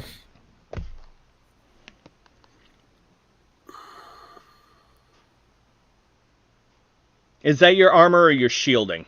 Two different stats. No, armor says +4. +4, nice. Shields +6. Oh, okay. Yeah. So in that case, that's a. Let's see. That's a no. That's a no and from this thing. So Smokey, we'll start with you. You all got 6s, so we'll just go down the line. So Smokey, you run up to this thing, basically throw a shoulder into it, throw it so that it kind of tilts up and over. But So actually, I give the butt, don't I? Because it's a negative. So you kind of smack into this thing, throw it up and over, but your momentum kind of takes you over it, and you end up kind of rolling and falling on the ground next to it. So you end up smashing into it, but you end up falling prone next to it. I think that's all Smokey was looking for. So I'll take that as a win. And you see too, it's actually like it's not like posted in the ground or anything like that. It actually has like these 3 kind of sturdy legs that it sits on. So as you kind of smack into it, it like the legs kind of like come up and they're like flailing, trying to grab back so it can get upright again. Did we say what size it was? It's probably like the size of a mini fridge. Okay. So, it ends up getting the no and. So it kind of begins to spool up as you're running to it, and so you kind of hear that zzz, and then as it just lets out a burst of bullets towards you, but they all just kind of ricochet off the suit. Let's say, and also as it does it, you actually hear a where the mechanism inside that spools the barrels gets caught. So you hear kind of like the as you right before you smash into it. Okay. So it's jammed up at the moment. Okay. So once Smokey hits it, no, I was just gonna say once Smokey hits it and falls over, he just screams shit.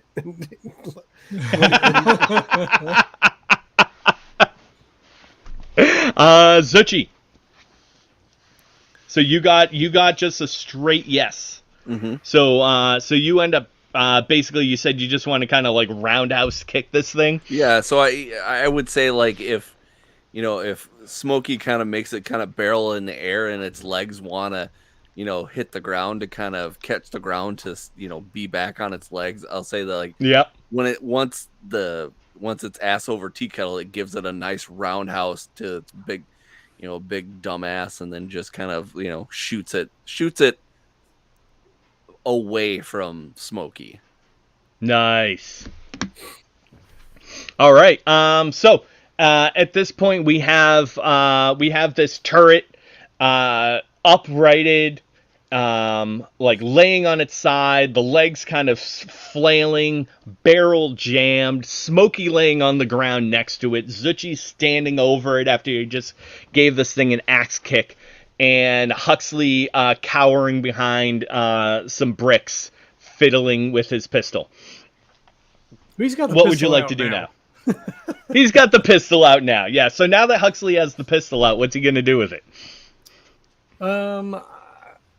Like I think he pushes up away from the cover a little bit, and he's just kind of like, is anybody here? We're supposed to get the thing. What? Stop shooting!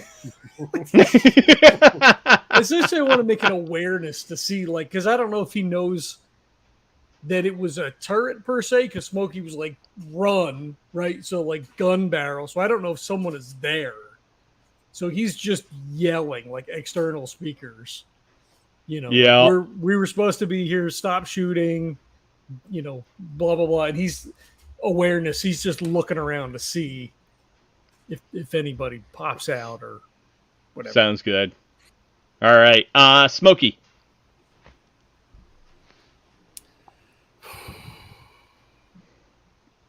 You're right now laying down next to this thing as it's scrambling to get back into position. Play dead. Right.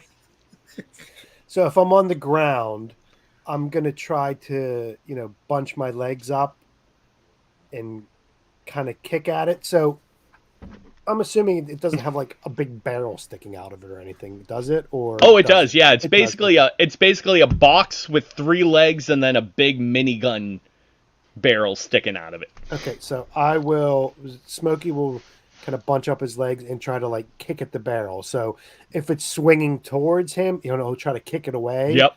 Or just try to kick it and crumple it or dent it or just keep it Yep. away from me kind of thing. So Nice. How about Zuchy? I think Zuchy's gonna take out his field knife. He's gonna try to stab it right through the middle of it. Ooh, I like it. Yeah, perfect. So you can, the two of you can give me either might or grace, whatever you want to use to attack it. Hux, go ahead and give me brains. And this thing's going to try to get back up onto its feet. I got a 3 total. I rolled 3 2s. Nice. He's really nervous, and he's not really focused on anything. He's looking everywhere. Right. Smokey got a 4. All right. Zuchy got a 6 total. Nice. All right. So let's see. Zuchy, your roll was a 4 then? Yes, correct. All right. So the turret is actually going to stand up. So it kind of manages to get its 3 of its legs in position where it kind of swings itself back up, and it begins to wildly spin around again, attempting to train back on Smokey. But you hear kind of the click click click click click click as the barrel is jammed up. Then Zuchy with the knife, you have another yes. So you're able to kind of take the knife out again. You spin the knife out and just kind of like jam it into the top of this box, just trying to get any of the mechanisms inside. And Smokey, you were trying to kind of kick at this thing again and try to keep the barrel away from you. He's muted. He was all right, yeah. Sorry, I was so yeah, I was just trying to kick the barrel away from me. So you get you ended up with a no butt. So while you don't actually manage to kick the barrel and it does train back on you, but That's you or me? that's you. Okay, so I did kick it, and it said it didn't train back on me. You said It did, but it's jammed. it did, but it's jammed. Yeah.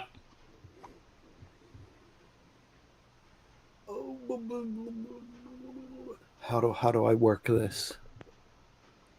I guess the force of me kicking it.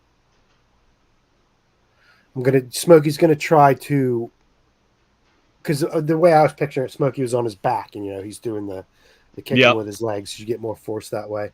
I'm just trying to think by the physics of the human body, how he can do that, but then he's now at least up on his knees and with his shoulder or his hands into the turret. So it's, he's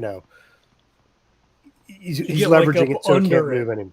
Yeah, exactly. Yeah. It's trying to, I'm just trying to either I can use as the lever underneath it and it can't go anymore. So even if it starts shooting, it's up over and into the sky and not. Yeah. Kind of Well, you could, I mean, instead of like actually kicking it away, you could have like braced your feet under it so that you can at least kind of try to keep it away from you. Okay. Yeah. Or my legs are under the barrel or the turret and just holding it so it can't swing anymore. I think that's all Smokey was trying to do, is making sure it doesn't keep moving. So it sounds like it's jammed and not firing, but I still don't want to be staring at it. So so that makes more sense that he gets under it with his legs and he's holding it away with his legs. Yeah, and so far Zuchy too has both axe kicked this thing, so put a big dent into it, and then taken out the field knife and just cut, like, can opened the top of this thing. Huxley. So you got what, a 3? Yeah. So you kind of look around and you definitely you see a connection between this, where you have this turret 10 meters over there, this blinking light 10 meters over here, and there's definitely a connection between the two, where it was kind of like an alarm and a defense kind of setup. Mm-hmm. The one thing I will, 3's not awesome, but the one thing it will give you is, there's nobody here, but at the same time, this is a really odd setup to put in the middle of nowhere. Yeah, why would you have an alarm and a defensive turret set up in the middle of a completely blasted land that looks completely abandoned? Right. I think that's a passing thought at the moment. Is there a way for me, like, situationally, right? So we were walking in, the red sensor is here, the gun is here. Can I get around it to the sensor? Because I want to try to disable it. Yeah, obviously. Yeah, go ahead. Is that next frame? Next frame, I guess? That'll be next round, yeah. Okay, so I see it in this frame, and then declaration of intent, next frame, I'm going to... Exactly, Yep, so there's nobody around, and you know that there's a connection between the two. So, so at this point, we have Smokey still laying on his back, feet braced up against the barrel of this of the turret. Zuchy with the knife out, kind of just stabbing the top of this thing. Huxley sprinting over towards the alarm. So John, you said that you already want to try to disable the alarm system. Could I do that on this turn, or is it far enough that it's a frame for me to, like, just run to it? No, it's close enough. You're to it. You'll be able to start screwing around with it. No problem. Okay. All right. Remember too, you're in your suit. You run like 50 miles an hour. That's not a big deal.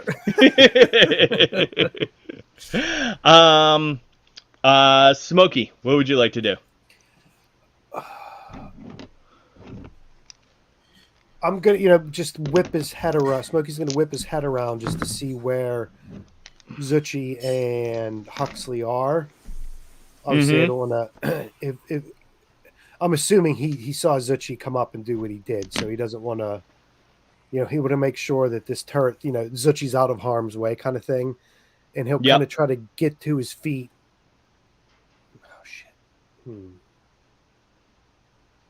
So he'll, he's underneath the turret and he's bracing it with his legs. So he'll try to reach up and at least lock arms around it and then try to, like, shift himself off the ground, at least up to his knees, but making sure this turret isn't moving anywhere. Sounds good. And Zuchy. I think now that Zuchy has, stabbed this thing pretty hard and it's got kind of up close and personal, I think Zuchy's going to try to see if he can find a power source, and then he's going to take the knife and just jam it into the power source if he can. Nice. I like it. Yeah, at this point, you've kind of stabbed this thing enough in the top that you've for all intent, basically opened up the top of this, so you have an okay shot of, like, the guts inside.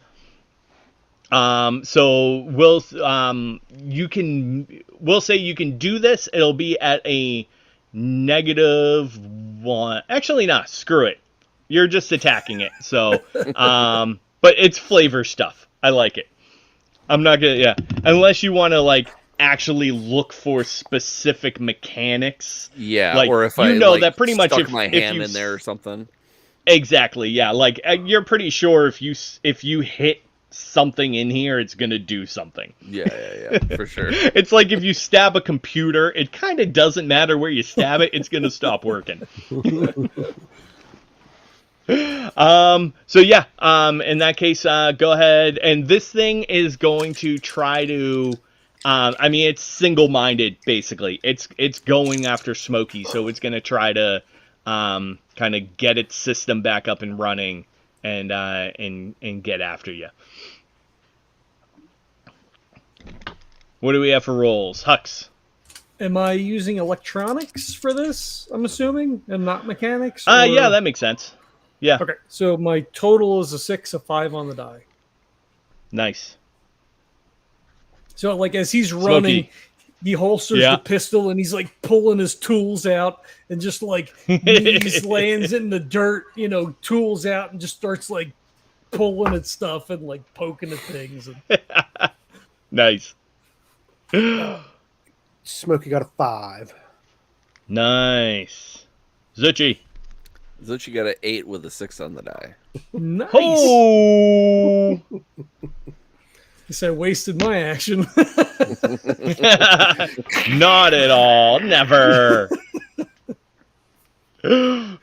So Huxley, you like you said, run over there, slide on your knees. You get your spanner, your socket. Yeah, you get the spanner and the zapper, and you get all the stuff, and you just start kind of like trying to power this thing down, disconnect it from the system. And you realize, once you kind of open up the back panel and you realize it's like, oh, this is actually pretty routine. And it's like, solder, snip, and the light kind of gives like a and then blinks out. Nice. With Smokey, so you're trying to kind of get up into this thing, and yours is going to be a no butt. So you unfortunately aren't able to kind of stop this thing from training back on you. But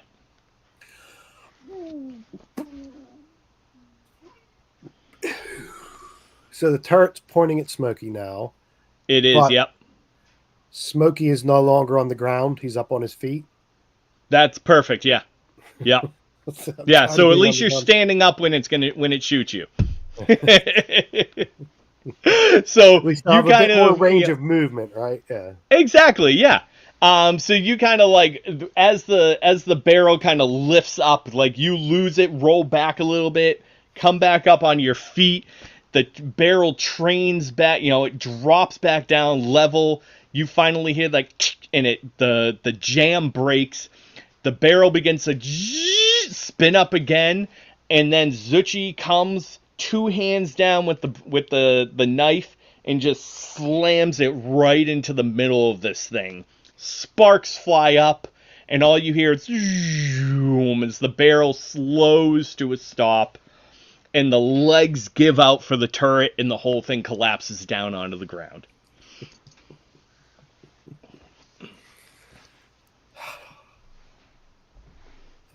So Smokey will be standing there, kind of looking where the turret was pointing at him.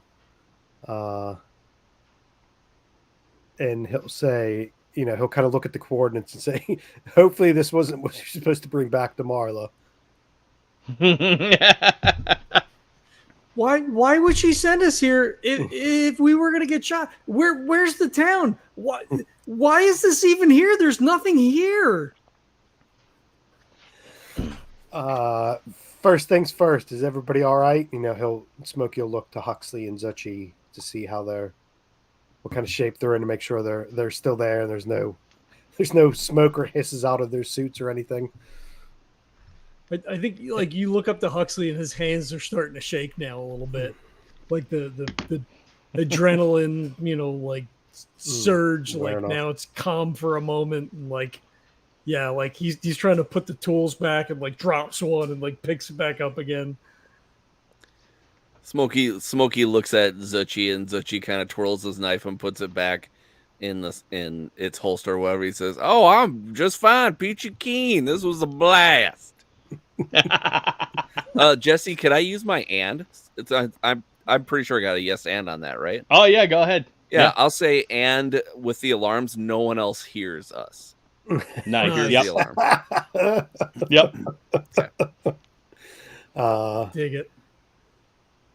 So I'd like to just say thanks for helping me out of that one. It looks like you guys were able to take care of it, and we're all in one piece. So I really do you almost appreciate became Swiss cheese there, buddy. Yeah, I figured either Not that I I would know knock. what that tastes like, but I've heard about it. I was either going to knock it on its ass or at least distract it to make sure it wasn't honing in on either of you. So Huxley, now that you've kind of disabled the alarm, you realize that this is, as you kind of look at the inner workings, you looked at it just quickly enough to disable it. Yeah. Right? Yeah. And you realize this thing is not running, it's not attached, at least as far as you can tell, to like a portable battery or anything like this. This is hardwired into a power supply somewhere. So you actually see that it's sitting on top of a small pillar, kind of hidden inside rubble. And the wires are running down the pillar and underground, as far as you can tell. Okay. Yeah, so like as he goes to get a better look, he's like, oh well, maybe we can use this. This might be useful at back in Ingram to set like a perimeter thing or whatever.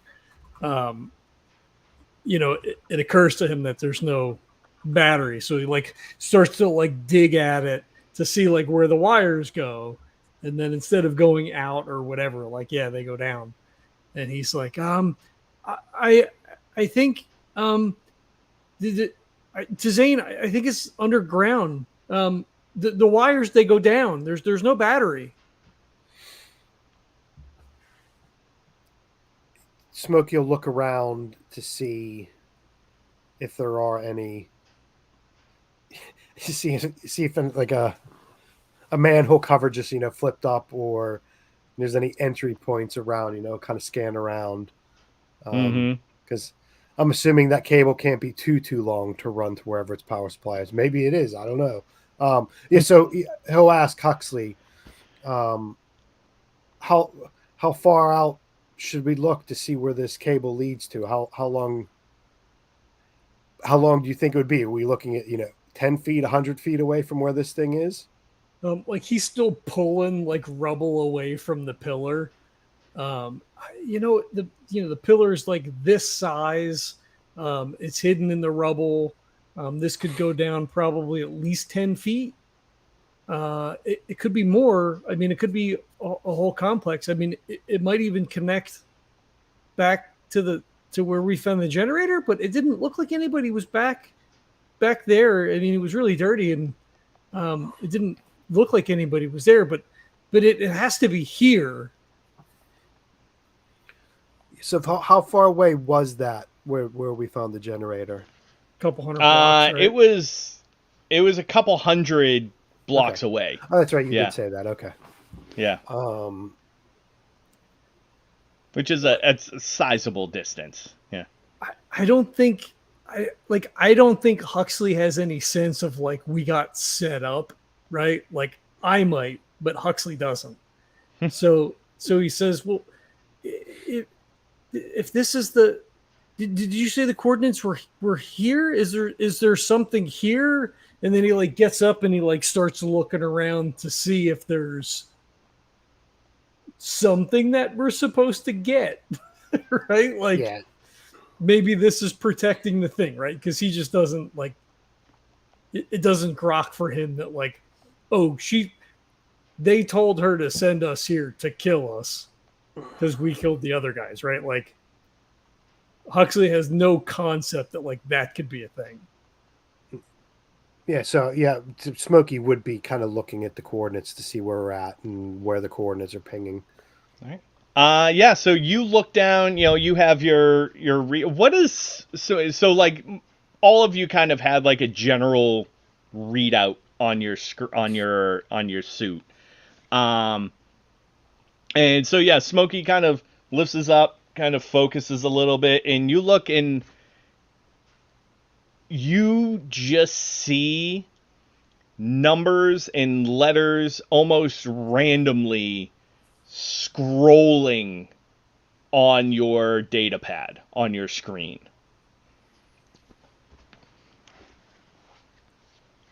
So he'll kind of shake it and smack it against his thigh, or if it's built in, he'll smack, and look over at the other two and say, "What are your screens showing?" What? And he like pulls up his wrist and goes to tap at it. Yours look perfectly fine. Do we all have the coordinates? Only Smokey does. Only Smokey had it. Yeah. Mine's fine, Mr. Smokey. You have electronics, right? I do. Yep. Huxley? Yeah. Go ahead and I'll show Huxley. Yeah. Give me it's going to be a little more difficult because it's like adjacent skill set. Mm-hmm. So let's say a DL4. Okay. It's a 4 on the dice, so it's a 5. 5. So that's a yes. Yeah. Smokey's being hacked. Mr. Smokey, turn that off. That's not. Someone's trying to access your computer. Like I start punching buttons because I don't trust him to do it now. Like I try to shut. Yeah, I was gonna say, can I pop turn the it off? Cube out, like whatever it is, right? Like I'm. Yeah, Smokey will let Huxley do whatever he's doing. I think emergency-wise, you could just shut his suit off if you want. Would I be able to do that? I think he would have to do it, right? I mean, if his pad is you could tell you could. Yeah. Well, if you say shut the suit down, then I do. Shut it down. Yeah. Okay. I'll shut the suit down. And then I'll be like, Mr. Zuchy, grab his other arm and like start pulling him away. If this is like a proximal situation, like it's happening right here, but we'll move like 10 feet. You know what I mean? Yeah. Within moments of the suit shutting off, and now suit off, you're practically motionless. Yeah. Right? Like that means you have no power to any of your servos or anything like that. It's almost impossible to move the suit without power. But within moments of this, you begin to feel a slight tremoring in the ground.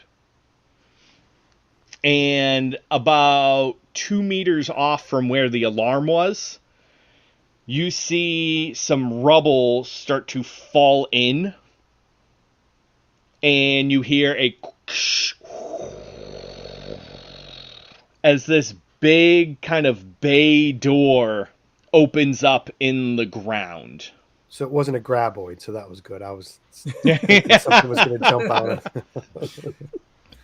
And at first it's pitch black, but then kind of flickering on is like halogen lights that just go like tick, tick, tick, tick, tick, and almost create like a landing strip situation beginning right before where this door opened and then ramping down underground.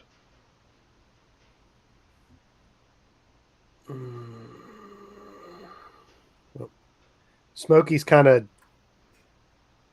deaf and blind and unmovable right now, so he does screaming in his helmet. Right? What? And I think he would know better than to take his helmet off, right? So it's not like he would take his helmet off. So since you're kind of incommunicado, Huxley's like, Mr. Zuchy, what do we do? What do we do? Turn his suit back on. We need to run. But he was, Mr. Smokey, put your suit back on. And you're just like, pushing, miming pushing buttons. So I'll turn my suit back on. And look over to where that where that appeared and say, well, I guess this answers Huxley's question of what's out here and where we need to go, but shut up and run. And Zuchy just takes off. And then right in between that, he shrugs, and right after Zuchy says that, he runs after him. I think, like, as they run, like, I'm kind of staring and sort of like half turned and start running, but like looking, and then I'm like, but we can't make it back. We don't have enough power. I thought Zuchy, were you running towards it or away from it? Oh no, I was running away from it. Oh. So I'm like, that's what I assumed as well. Yeah. Oh, yeah. I read that the wrong way. Sorry, hold on. Run away! Okay, Fly, you fools. So Smokey will shout at Zuchy, stop running. There's nowhere we can run to. We'll be stuck. Well, we won't run anywhere else if we're dead.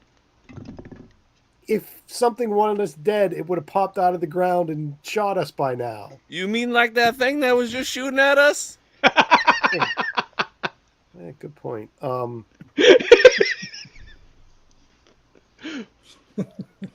But if another one didn't pop out and shoot at us, and this looks like it's a door or an entryway, so another thing didn't pop out and start shooting at us, so maybe we'll get some answers by cautiously looking in there. Trying to...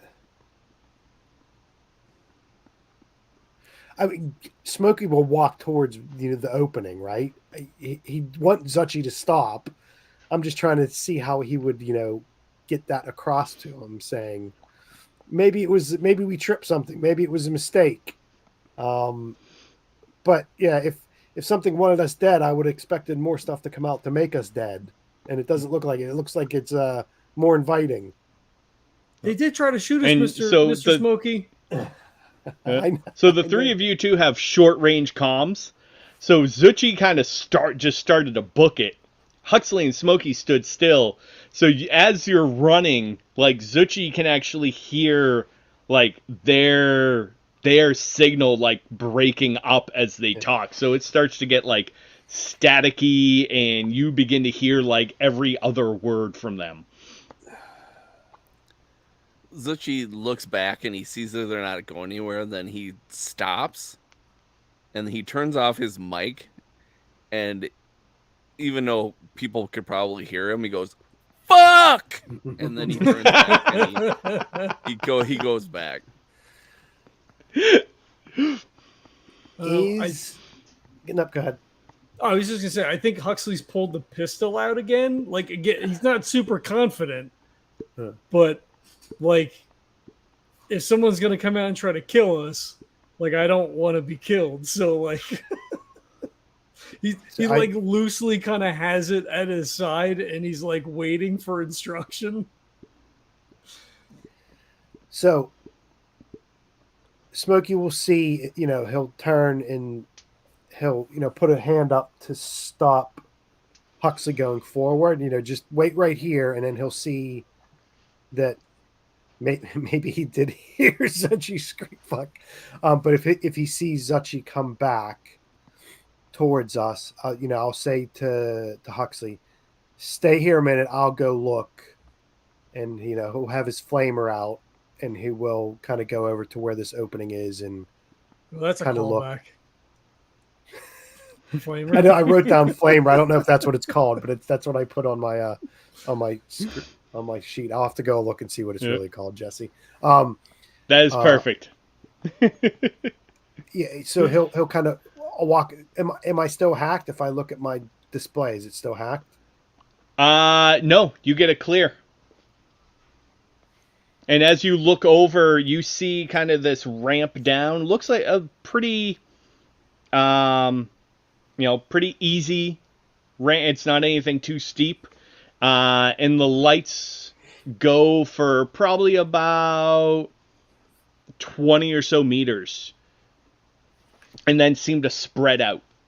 So one thing, and it probably doesn't matter now, and I don't know if it would have mattered at the time, but I think you did give us GPS coordinates, and you said they were just some random numbers you made up, because I think we asked if they meant anything. So I did write them. I did write them down. So really? If I was still hacked, I was going to see if you would let me shout them out, because Smokey would have remembered them, right? He would have made some kind of mnemonic to remember them. He would have shouted. Yeah, and I mean, when you turn it back on, basically you get the same readout you did before of your little map and the coordinates, and you get that little blinking light. Okay. Of like your position and the coordinates are overlapped. So I will say, I will, obviously if Zuchy's back closer and he can hear us now, and say, I know you guys have trusted me on this run up to this point, for better or worse, but the coordinates are pointing, and I'll, are having us go to, and I'll point to where the ramp is and down into the entryway. Zuchy looks at Smokey, and in his most irritated voice, he goes, "Well, looks safe," and then he pushes past Smokey and Huxley and goes into the spot. I'll owe you both a drink when we get back. I promise. And I'll make Marla pay for it. Is that a good place to end then? Yeah, so if all three, if Smokey and Huxley follow down, then you see the three of you kind of disappear over underneath the arc of this ramp. And as your heads kind of dip below the level of the ground, you hear that same as the doors close, and that final kind of little bit of streak of light comes through before the doors slam shut. And then you see a whole host of little droids come in and start to scrabble all the debris back over it. Nice. When Zuchy said that and pushed through, when we turn back and start walking, we'll put Huxley in the middle again, and Smokey will stay in the back, but he'll kind of look over to the two of them and kind of just laugh to himself at Zuchy's reply, because A, Zuchy didn't beat the shit out of him, and B, he's kind of happy that they're going down into there. Was there any iconography or anything like around the door on the walls? Were there two slashes with an eye before we went in? Because if there was, I mean, nothing that you saw. No. Okay. Because I don't know that he would have went in, but also we don't really have a choice because we can't get anywhere else. Right. Yeah. There's only a limited amount of time and energy, even if we, try to find something. All right, well, that's probably post-show stuff. All right, anyway, it doesn't matter. Okay. Look, I want to thank everybody for checking it out. It's been a little while since we played, so it felt like it went pretty well considering. We may have avoided some plot elements, I don't know, but we eventually got there, so that's the important part. There's links in the show notes for core-related things. Midwest Resin Geek for all of your resin geek needs. Feel free to use that, Kurt. Throw that out there. There's just a link for our Patreon on there as well. Whatever, we're just going to stream games. It's fine. It doesn't matter. it's probably it, I guess. Check out the other games that Kurt and I are playing on the MFG cast, along with their board game related content.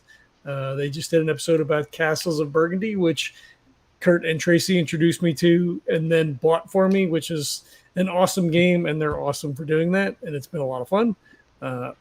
I have beat the crap out of them the last couple of times we played, but it's neither here nor there, I suppose. You're gonna need to send that game back. Apparently, they need some practice. Did we do all the things? Ratings, reviews on iTunes or whatever your podcatcher of choice, yada yada, helps probably. I don't know. I never get emails to say that it matters, but probably things. Working on, not really, the third version of Cthulhu. Probably at some point. We probably should have ended a couple of minutes ago. It's fine. Thanks for watching. We'll catch you next time. Peace.